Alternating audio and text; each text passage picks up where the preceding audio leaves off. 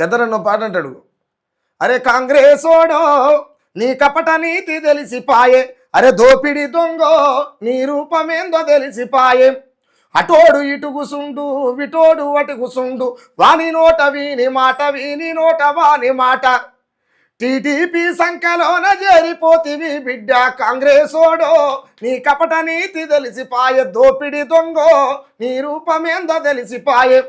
అంటే ఈ కాంగ్రెస్ ప్రభుత్వం క్లియర్గా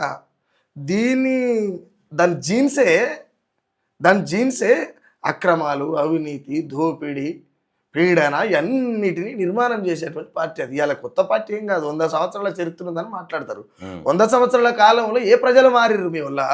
అంటే ఇందిరమ్మ రాజ్యం తెస్తే మొత్తం అది పోతుంది ఇది పోతుంది అని చెప్పి మొన్న కూడా ప్రచారం చేసిండ్రు, ఇందిరమ్మ రాజ్యం తెస్తున్నాం ఇక బాధలే ఉండవు అని చెప్పి మాట్లాడిండ్రు కదా.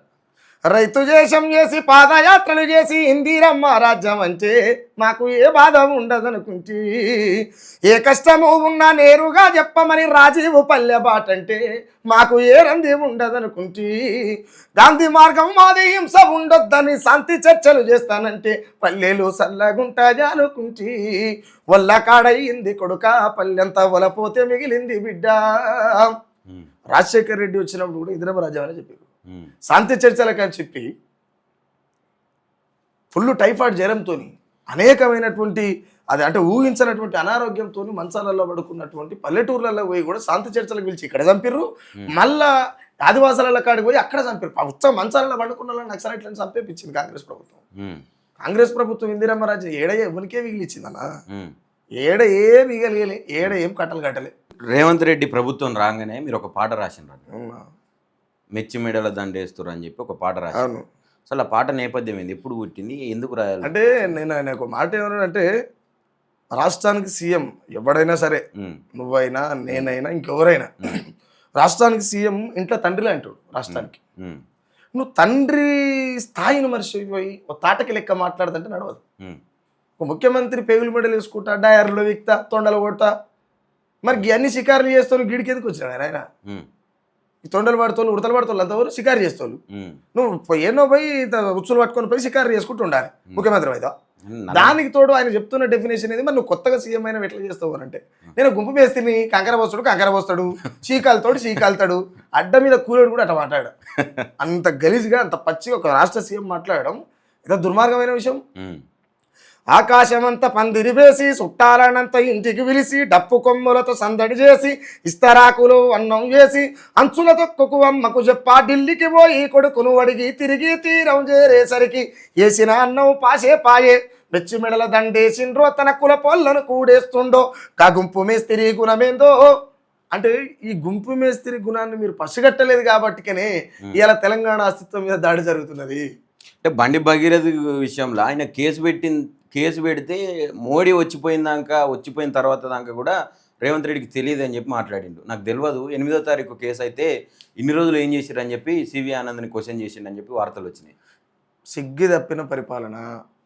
ఎక్కడనో ఉన్నటువంటి వీరప్పని దొరుకుతాడే, ఎంత విచిత్రం ఏది నాకు తెలియదు. ఇప్పుడు సేమ్ అదే పరిస్థితులు ఏదైనా అలాంటి ఆడపిల్లలే కాకుండా మనం ఏదైనా ఒక మ్యాటర్ జారినా కూడా సుఖరాం నడిచి ఎంత దూరం పోతాడు దొరకడా పోలీసులకు? ఊకనే దొరుకుతాం. మరి బండి సంజయ్ కొడుకు ఎందుకు దొరకడు? నేను అంటే అందుకే రాసిన, ఒక్కడన్నారు ఆడే వీర ధర్మం కోసం బండి కొడుకు చేసే ఆడబిడ్డకు మోసం, మానభంగము చేసుడే మతం స్వేచ్ఛనా అక్రమాలను చేసుడే రామదండమా. అంటే ఈ కోణంలో మనం ఎప్పుడైతే మాట్లాడతామో, రావణ లంకను తగలా వెడితీరా ఎల్లా సీతమ్మను పట్టుకపోయినందుకు రావణ లంకను తగలబెట్టిన పోయేలా. మరి ఇవాళ ఆ చిన్నారి తల్లి సీతమ్మ తల్లిలో భాగం కాదా?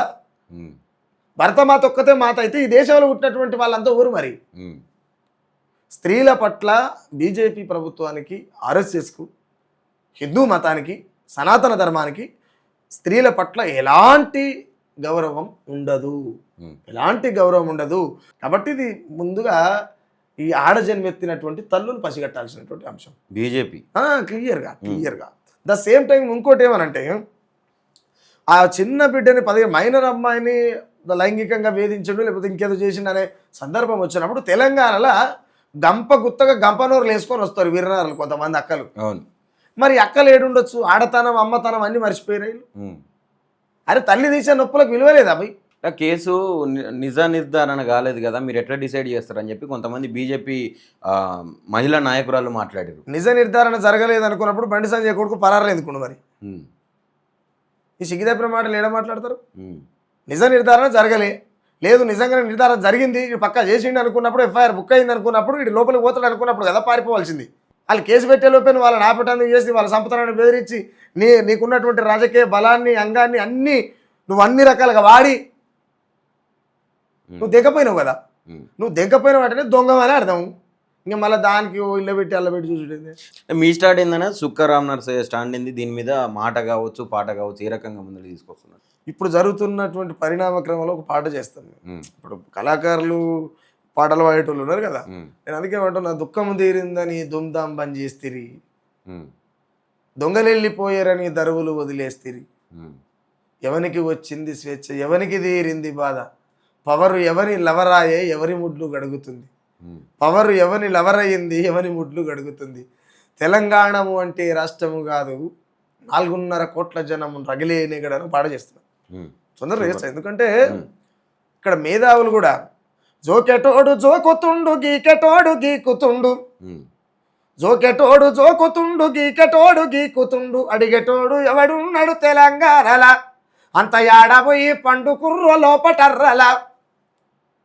అంటే కొడుకులంతా ఏడవరు ఆ పాటలు చెప్తా.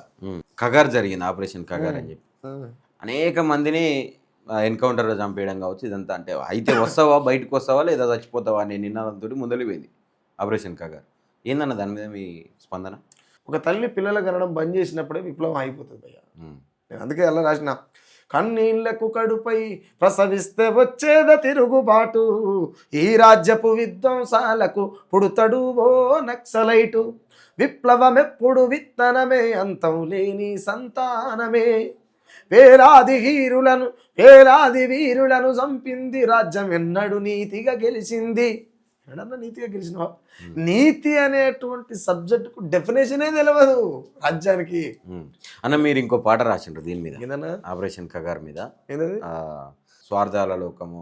ఆపరేషన్ కగార్ మీద నాకు తెలిసి నేను రాసిన పాటలు ఎవరు రాయలే, అన్ని పాటలు నేనే రాసిన, ఘోరంగా రాసిన.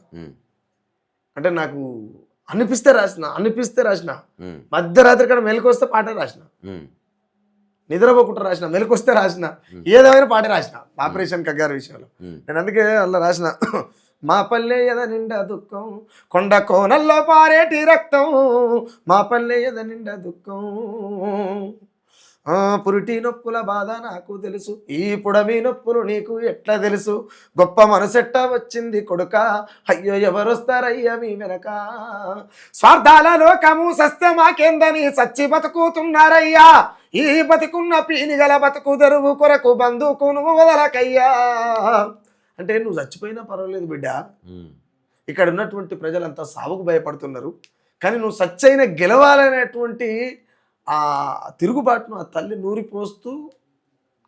నూరిపోస్తూ ఒక తెలువని యుద్ధతంత్రాన్ని నేర్పుతుంటుంది కొడుకు. చీకటైతుందంటే కొడుక అయ్యో ఇల్లు చేరేది నీ నడక, ఆ అడివంత చీకటే నాట సాగు ఎదురుంగా నడిచొస్తుందాట, ఏమి ధైర్యం అయ్యా ఎవరి కొరకు నడక అయినొల్ల నెడబాసి పోరు బాట, ఏమి ధైర్యం అయ్యా ఎవరి కొరకు నడక అయినొల్ల నెడబాసి పోరు బాట. ఇక్కడ ఉన్నటువంటి ప్రజలంతా కూడా బతుకున్న శవాలుగా బతుకుతున్నారని ఎమ్మటి ఎవ్వరు రారా, నువ్వు తండ్రి వైనను కంటే నా కొడక నీ ఏలు పట్టుకొని నేనొత్తు అన్నాలంట. ఇక్కడ ఉన్న నీ బతుకున్న శవాలు బిడ్డ, ఈ శవాల కోసం నువ్వు యుద్ధం చేయాలి, మరి నువ్వు ఒక్కడనే పోతున్నావు, నీ ఇంట్లో ఎవరు వస్తారు, నువ్వు కొడుకు వైనన్ను అంటే నేను వస్తానని ఎమ్మటి తుపాకు పట్టుకొని తల్లి చెప్తుంటా. ద సేమ్ టైం ఎరచేసి ఎంటబడి వేటాడే సర్కారు ఎవరి సంపద కొరకు ఈ కాల్చి వేతలు, రాజ్యహింసల నడవ రాలిపోయిన ఆ మరణాల చరణాలు ఎన్నో విన్నా, సచ్చైన పంచిండ్రు పేదలకు భూములు అడవిసిగ నిండా మోదుగు పూలే అన్నలు, ఏడున్న సాబు దప్పదుర కొడుక పిరికి పందెల బతుకు నువ్వు బతకక, నువ్వు చచ్చిపోరా భయ్, నువ్వు చచ్చిపో, ఇవాళ కాకపోతే రేపు వస్తావు, కానీ నువ్వు ఒక మగోళ్ళ లెక్క చచ్చిపో బిడ్డ, నీ బతుకు ఒక అర్థం ఉండాలిరా, నీ పుట్టుకకు ఒక అర్థం ఉండాలి, నేను తీసిన నొప్పులకు లెక్క ఉండాలా బిడ్డ ఈ భూమి మీద. అంటే పేరు రాయరానోడమ్మా ఓ పేరు రాయరానోడమ్మా పోరుకెట్ల పోయినాడో రాత రాయరానోడమ్మా రణమునెట్లా నడిపినాడో. చదువు రాదు, పేరు రాయరాదు, కానీ రణం నడిపిన జనం కోసం. అంటే ఆ ఎథిక్స్, ప్రజలు బాగుండాలనేటువంటి ఆలోచనలు, ఆ సంఘర్షణ నుంచి బయటకు వచ్చినటువంటి అంశాలు మనిషిని ఒక తిరుగుబాటుదారుని చేస్తాయి, ఒక జర్నలిస్ట్ని చేస్తాయి, ఒక రైటర్ని చేస్తాయి, ఒక సింగర్ని. అక్కడ ఉన్నటువంటి పరిస్థితులు మనసులని అటు పట్టుకపోతుంటాయి. హిడ్మా ఆ విలేజ్, ఆ వాతావరణం చూసినటువంటి క్రమంలో నాకు అనిపించింది ఏంటి అని అంటే, పుట్టేడు దుఃఖంలో పువ్వర్తి గ్రామం తల్లి పుంజికి మిగిలే కన్నీటి తానం కొండ కోనల కొడుకులని సాదుకున్నా వాగు వంకల బిడ్డలని చూసుకున్నా కొండ కోనల కొడుకులని సాదుకున్నా వాగు వంకల బిడ్డలని సాదుకున్నా కొడుకులారా బిడ్డలారా కడుపారగనుకున్న పోగొట్టుకున్నా గొడ్డురాలునై ఒంటరిగున్నా పుచ్చేడు దుఃఖంలో పువ్వర్తి గ్రామం తల్లి పుంజికి మిగిలే కన్నీళ్ళ తానం. అసలు పాట ఎప్పుడు ఎత్తుకున్నాడు సుఖరామ నరసయ్య? పాట ఈ కొత్తగా ఎత్తుకునేది ఏం లేదు.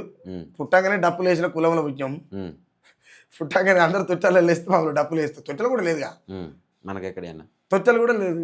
పుట్టగానే డప్పులు వేస్తే డప్పు మళ్ళీ పెట్టి డప్పులు వేస్తే పెరిగిన లేవు. పాట కొత్తగా మనకు అబ్బేది ఏమి ఉండదు.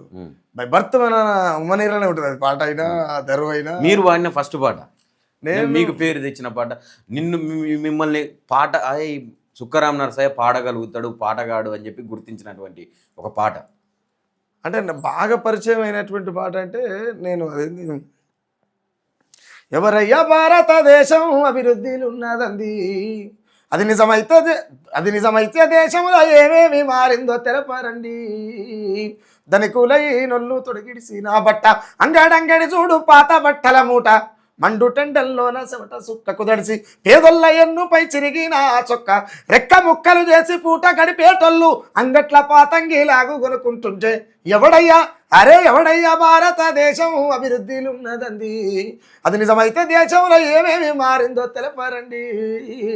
ఇంత లోతుగా ఎట్లా పోగలిగినాం అంటే, అదే అంగట్ల ఆదివారం అంగట్ల పాత బట్టలు కొనుక్కొని వేసుకున్న సుఖరామ నరసయ్య, లగ్జరీ లైఫ్ అనుభవించినటువంటి సుఖరామ నరసయ్య కాదు, పాత బట్టలు వేసుకొని వచ్చినటువంటి సుఖరామ నరసయ్య. నేను కొన్ని సందర్భాల్లో చూస్తున్నా, బతుకు తెరువు లేక బతకాలే నీ తల్లి మనసు చంపుకొని ఒళ్ళమ్ముకుంటుంది, కిడ్నీలు రక్తాలు అమ్ముకుంటున్నారు, గుడి మెట్లపై చేరి అడక తింటున్నారు, ఇంట్లో టీవీ నుంచి బైకు మోటారు దాకా ఫైనాన్స్ అప్పిచ్చి ప్రాణాలు తీస్తుంటే ఎవడయ్యా భారతదేశం అభివృద్ధిలో ఉన్నదండి, అది నిజమైతే దేశంలో ఏమేమి మారిందో తెలపారండి. నాకు స్ప్లెండర్ బైక్ ఉండే, అది ఇప్పటికి కూడా ఉంది. నా లైఫ్లో ఫస్ట్ టైం కొనుక్కున్నది. ఒక 16,000 డ్యూ ఉండేది క్లియర్. చౌటుప్పల్ల సెకండ్ లైన్లో కొనుక్కున్న బండి. బట్ ఫైనాన్స్ డ్యూ ఉంది, నేను కొత్తగా పెళ్ళైంది, కట్టే పరిస్థితులు లేను, బండి కూసుకుపోయాను. కట్టినాడు 5,000 కడితే ఇచ్చాడు, బండి కూసుకుపోయాడు. ఎట్లా ఏంది పరిస్థితి? అరే ఇంత ఘోరమా? ఇచ్చేది ఆడే, కట్టపోతే గుసుకపోయేది ఆడే, నేనేంటిది మరిగా.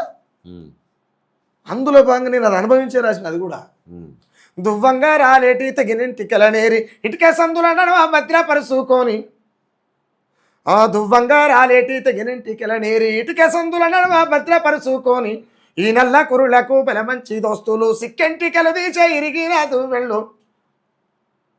దువ్వి పారేయవలసినటువంటి ఎంటికలు నేను చిన్నగా ఉన్నప్పుడు మా అమ్మ అవుతుంది ఆకిట్లకి ఇట్లా పారేసేది.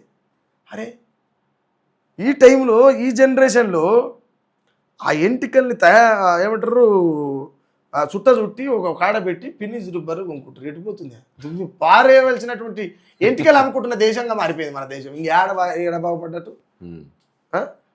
మీ నోటి నుంచి ఒక పాట వినాలని ఉంది. ఏంటది? వీర తెలంగాణ బలే పాట ఉంది ఒకటి, వీర తెలంగాణ రగిల విప్లవాల కిల్లరని.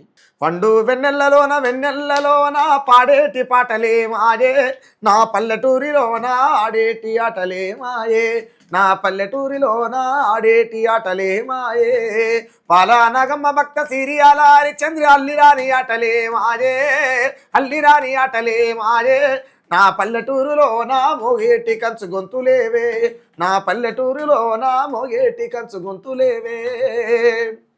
ఇప్పుడున్న కళాకారులు ఏంటంటే నాకు కొంతమంది సింగర్లని అంటే ఈ రాజకీయ నాయకులకు అంటే రాజకీయ నాయకులకు కావచ్చు, కొంతమంది దొంగలకు పాటలు పాడే కొడుకులు ఉన్నారు కదా, వాళ్ళు ఇప్పుడు ఆయన వచ్చిందంటే మైక్ ఏ షార్ప్లో పెట్టు, బి షార్ప్లో పెట్టు, పిక్ కడలు కట్టని ఇట్లా ముచ్చట చెప్తుంటారు.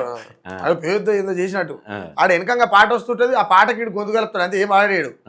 ఇక ఏమైనా చేతులు ఇప్పుడు సిగాలు కూడా ఇది తప్ప ఏముండదు. కానీ ఆ టైంలో నిసార్ అని ఏం రాసిండంటే వెనకటి కాలాన్ని రాసిండు.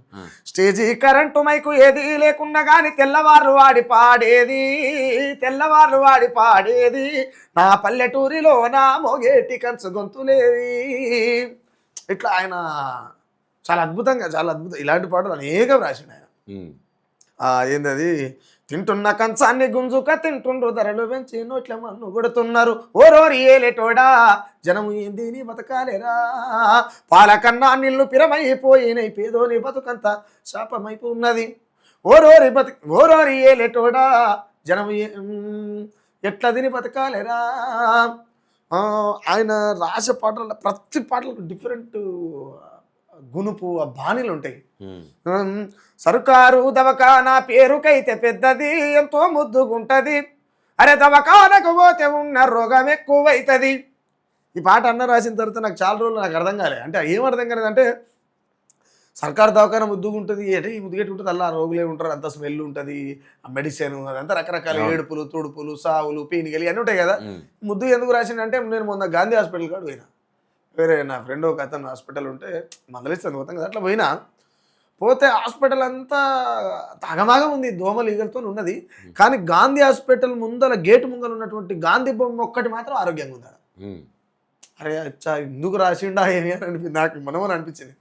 సర్కారు దవాఖానా పేరుపైతే పెద్దది, ఎంతో ముద్దుగుంటది, దవాఖానకు పోతే ఉన్న రోగం ఎక్కువైతుంది, నేతలెవరు దవాఖానా జోలికెళ్ళరు, నేతలెవరు దవాఖానా జోలికెళ్ళరు, ఇక ఎల్లిరంటే అల్ల నుంచి బయటికెళ్ళరు, దవాఖానల పరుపులేమో పాడెలెక్క ఉంటాయి, పంత నిద్ర పట్టదు, దవాఖానల పరుపులేమో పాడెలెక్క ఉంటుంది, పంత నిద్ర పట్టదు, దోమల జీగలతోనే రోజు గడుచుతుంటది, దవాఖానల పయకానకు దర్వాజాలుండవు, దవాఖానల పయకానకు దర్వాజాలుండవు, నల్లగూడ ఉండదు, నీళ్ళ డబ్బ ఉండదు, గలీజంతా నిండి గబ్బు వాసన కొడుతుంటది, రోగి మీద రోగికి ప్రేమ ఉంటది, అది రోజుకింత దూరమై లేపుకెళ్తుంది. చాలా అద్భుతంగా రాసిండు ఆయన. అంటే ఇక నాకు నీకే బెడ్ల మీద వాళ్ళు ఏం చేస్తారు, మా ఎంతమంది జీవో నా పిల్లలకు పిల్లలు పెళ్లి కాలే సత్సంగం అని ఈమె ఏడుస్తుంది, నా కొడుకు మొన్ననే పెళ్లి అయింది కానీ పిల్లలు అయితే అమ్మ 10 ఏళ్ళు అవుతుందని ఈమె చెప్తుంది, ఈమె చెప్పి ఆమె చెప్పి ఇద్దరి మధ్యలో ఇద్దరు దోస్తులు అవుతారు, ఎవడో తెలియదు దోస్తులు, ఇద్దరు రోగులు దోస్తులు అవుతారు, అటు ఇటలోపు ఇద్దరులో కూడా చచ్చిపోతారు. అంటే సర్కారు దవాఖానా పరిస్థితి అటు అని ఇట్లా అంటే ఇది ఎందుకు చెప్తున్నంటే నిసార్ అనేట ఆయన చాలా అద్భుతమైన పాటలు రాసిండు. సిపిఐకి ఆయన ఒక బలంగా పనిచేసిండు. ఆయన పేరు ఎక్కడ వినబడకపోవడం అనేది జర బాధ అనిపిస్తుంది.